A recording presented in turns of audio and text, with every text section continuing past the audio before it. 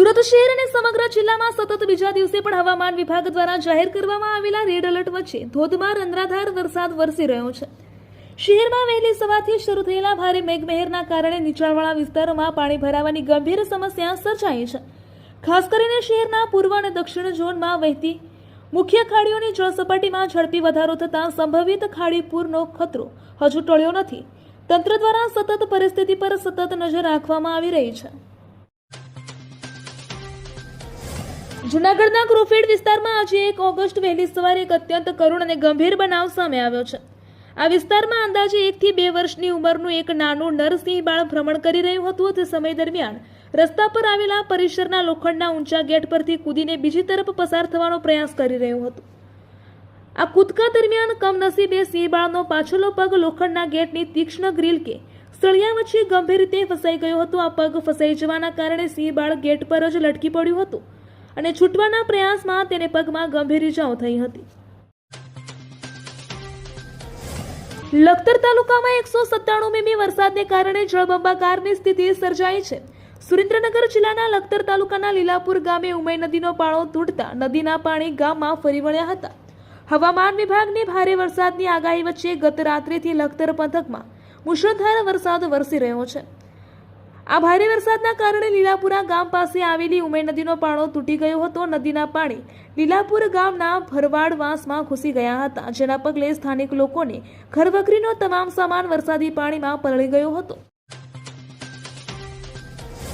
જામનગર જિલ્લામાં લાંબા વિરામ બાદ મેઘરાજાએ મન મૂકીને મહેર વરસાવી છે। ગઈકાલે રાત્રે લગભગ 10 વાગ્યાથી ગાજવીજ સાથે વરસાદ શરૂ થયો હતો, જે આજે સવારે પણ ચાલુ રહ્યો હતો। સર્વત્રિક 1 થી 2.5 ઇંચ વરસાદ નોંધાતા ખેડૂતોમાં ખુશીનો માહોલ જોવા મળ્યો હતો અને ઉભા પાકને નવજીવન દાન મળ્યું છે। ચેક ડેમો, તળાવો અને જળાશયોમાં નવા નીરની આવક થઈ છે। ખેડા જિલ્લાના વસ્તુ તાલુકામાં છેલ્લા 24 કલાક દરમિયાન પડેલા 17 ઇંચ જેટલા અતિભારે વરસાદને કારણે સમગ્ર વિસ્તાર જળબંબાકાર બની ગયો છે। યોગ્ય નિકાલના અભાવે વરસાદી પાણી ગામના મુખ્ય બજાર, વેપારી મથક અને રહેણાંક ઘરોમાં ફરી વળતા જનજીવન સંપૂર્ણપણે ઠપ થઈ ગયું છે।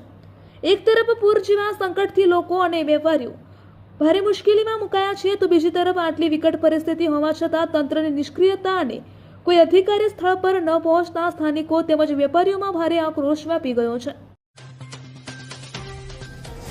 ભાવનગર જિલ્લામાં 3 દિવસ સુધી અતિભારે વરસાદની આગાહી કરવામાં આવી છે, ત્યારે છેલ્લા 24 કલાકથી ભાવનગરમાં ઝરમરથી લઈને ધોધમાર સુધીનો વરસાદ વરસ્યો હતો, જેમાં ગત આખી રાત ધીમીધારે વરસાદ વરસ્યો હતો, જેમાં પાલીતાણામાં 4 ઇંચ, ભાવનગર, શિહોર, મહુધા, વલભીપુર અને ઉમરાળામાં 3 ઇંચ વરસાદ, ઘોઘા અને ગારિયાધારમાં 2.5 ઇંચ, જ્યારે તળાજા અને જેસરમાં 2 ઇંચ વરસાદ વરસ્યો હતો। આમ જિલ્લામાં સર્વત્રિક વરસાદ નોંધાયો હતો। સાબરકાંઠા જિલ્લામાં વરસાદી માહોલ વચ્ચે હિંમતનગરનો હાથમતી વિયર ફરી ઓવરફ્લો થયો છે। જિલ્લાના 8 માંથી 6 તાલુકામાં છેલ્લા 24 કલાકમાં વરસાદ નોંધાયો છે। વિયરમાંથી 400 ક્યુસેક પાણી નદીમાં અને 80 ક્યુસેક પાણી કેનાલમાં છોડવામાં આવી રહ્યું છે। હિંમતનગર અને ઉપરવાસમાં થયેલા ભારે વરસાદને કારણે 2 દિવસ બાદ હાથમતી વિયર ફરી છલકાયો છે। હિંમતનગર તાલુકામાં છેલ્લા 24 કલાકમાં 3 ઇંચ જેટલો વરસાદ નોંધાયો છે। વડોદરા શહેરમાં વરસાદની શરૂઆત થતાની સાથે જ શહેરમાં ઠેર ઠેર ભૂવા પડવાના બનાવો સામે આવી રહ્યા છે। શહેરના વોર્ડ નંબર 12 વિસ્તારમાં અવારનવાર રસ્તાઓ પર ભૂવા પડવાની ઘટનાઓ સામે આવી રહી છે, જેને લઈને સ્થાનિક રહીશોમાં તંત્ર સામે ભારે રોષ જોવા મળી રહ્યો છે। આથોટામાં વોર્ડ નંબર 12 ની ઓફિસ પાસે પડેલા એક ઊંડા ભૂવામાં આજે સવારે એક શ્વાન ખાબક્યું હતું।